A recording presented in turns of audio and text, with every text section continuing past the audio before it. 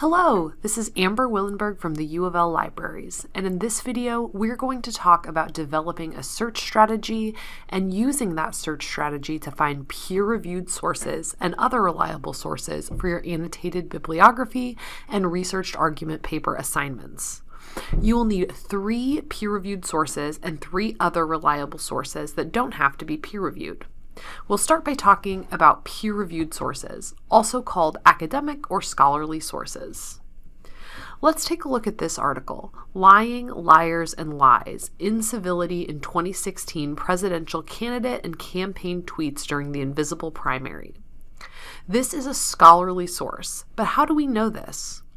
First of all, we can read the abstract to see that the current study investigates the extent to which incivility via lying accusations was present in major party candidate and campaigns' expressions on Twitter, and that the authors collected tweets from party candidate and campaign Twitter feeds to conduct their investigation. In other words, the purpose of this article is to present research. This is a key feature of academic articles. They add new knowledge to an ongoing scholarly conversation. In this case, a larger conversation about social media and political campaigning through research. Next, we can see that the authors work at the University of Arizona and California Polytechnic State University. Academic articles are most often written by professional scholars associated with a college or university.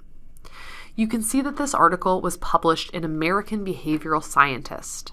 If we Google this title, we can easily find out that this is a peer-reviewed journal, meaning articles published in the journal undergo a formal review process involving other scholars reading and responding to the work. Finally, if we scroll to the end of this article, we'll find an extensive bibliography with pages of citations. Academic articles are written as part of a larger scholarly conversation on a topic, and the bibliography shows how the authors have situated themselves within that conversation. By citing peer-reviewed sources like this in your own research, you're participating in the scholarly conversation as well. Compare this article to another article we'll take a look at. Social media usage is at an all-time high. That could mean a nightmare for democracy.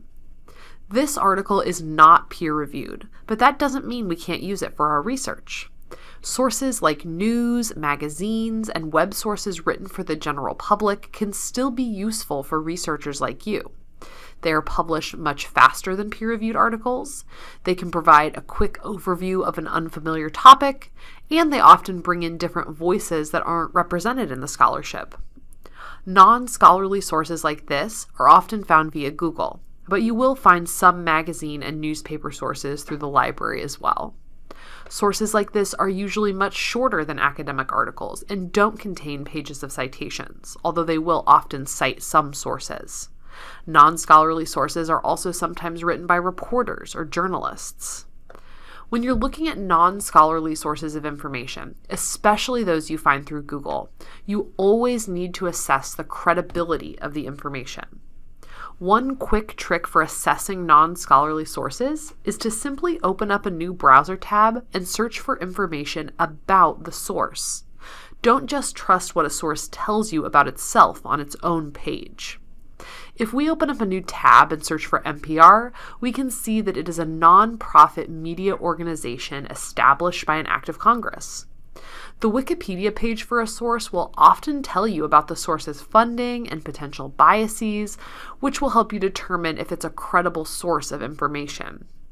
If you ever have questions about the reliability of an unfamiliar source, you can always talk to your professor or a librarian. Now that we have an understanding of what academic and non-academic sources are, we can talk about finding them.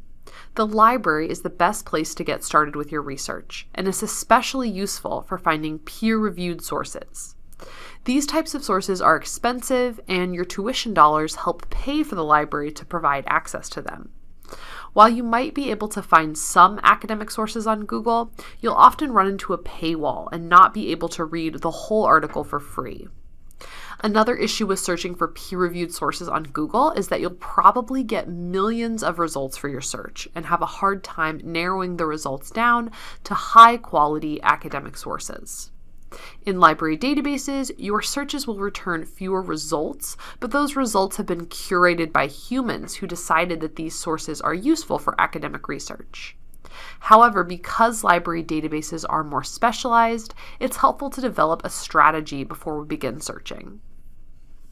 Let's say that we've decided to research the effect of social media on political campaigns for our annotated bibliography. Has social media had a beneficial or a harmful impact on political campaigning? If we were using Google to do our research, we could simply search for "How does social media affect political campaigns?" to get results.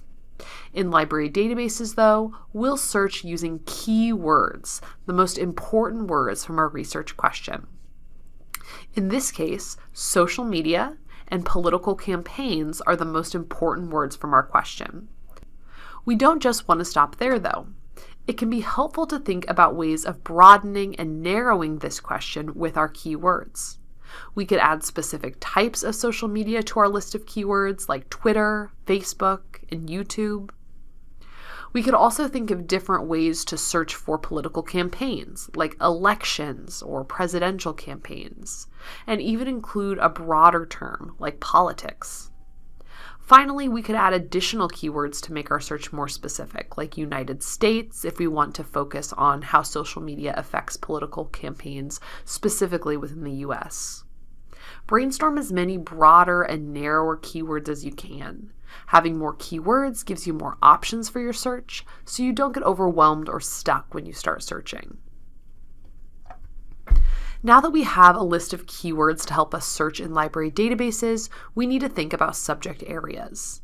The library's resources are organized around academic subject areas, so you need to think about what subject areas might be relevant to your research topic. What kinds of researchers are writing about social media and political campaigns? We might think of communications, political science, and sociology and add these to our list. Once you've developed your search strategy, you can begin using that strategy to find sources through the library. Let's get started on the library homepage, library.louisville.edu. If you're off campus, you can still use the library's resources. You'll just be prompted to log in with your ULink ID and password when accessing our resources. The best place to get started finding peer-reviewed articles is our subject guides on the left side of the page under Quick Tools. These subject guides divide up library databases by subject area, making it easier for you to find the most relevant resources for your research topic. Remember, one of the subject areas I identified for my research question on social media and political campaigns was communications.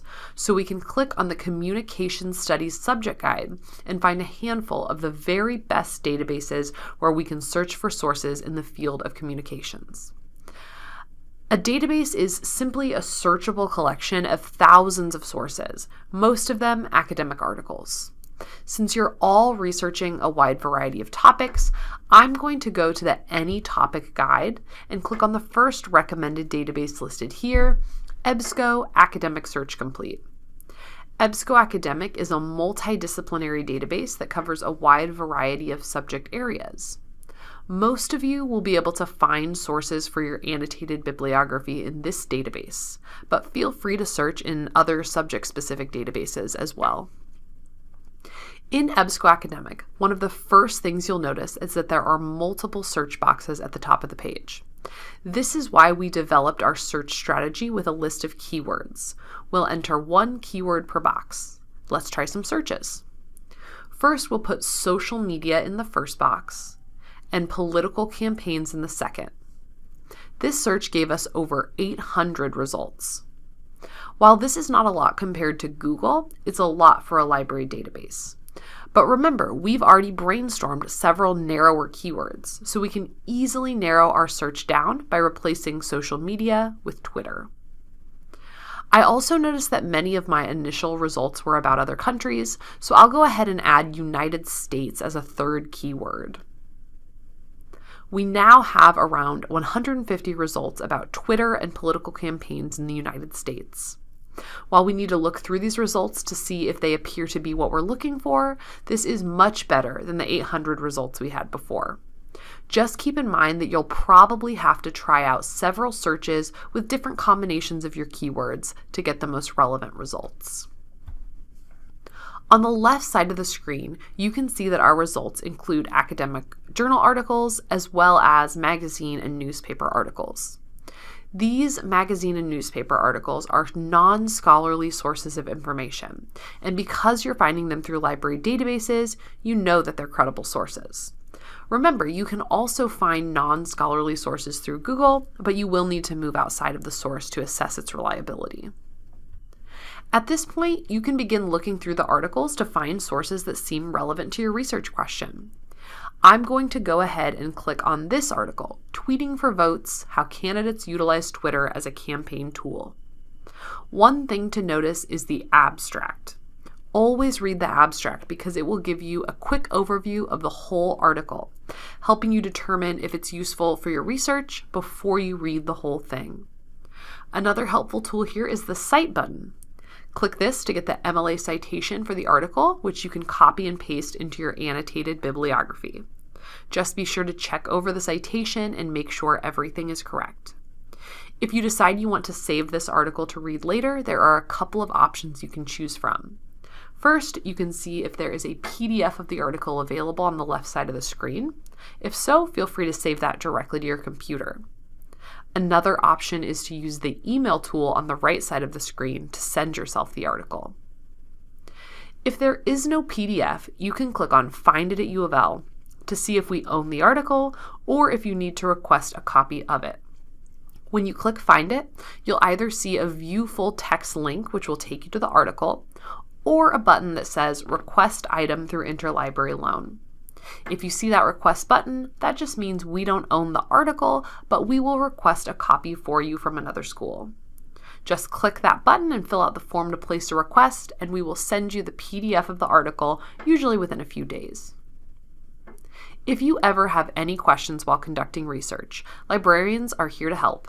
On the library homepage, click Ask a Librarian to chat with us Monday through Friday from 9 to 5 and find more ways to get in contact with us. You can even schedule an in-person or virtual research appointment with a librarian for in-depth research help. Thanks!